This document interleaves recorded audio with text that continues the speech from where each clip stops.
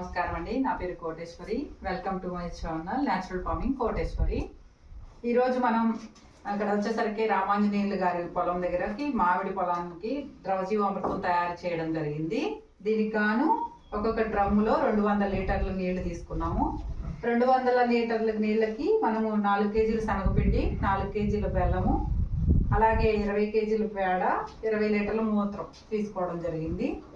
ఈ విధంగా కొంచెం పొట్టమట్టి ఉప్పుడు తీసుకోవడం జరిగింది. ఈ విధంగా క్వాలిటీ ద్రవజీవామృతం తయారు చేసుకున్నాము. ఈ ద్రవజీవామృతం మనకి 7 రోజుల్లో తయారవుతుంది.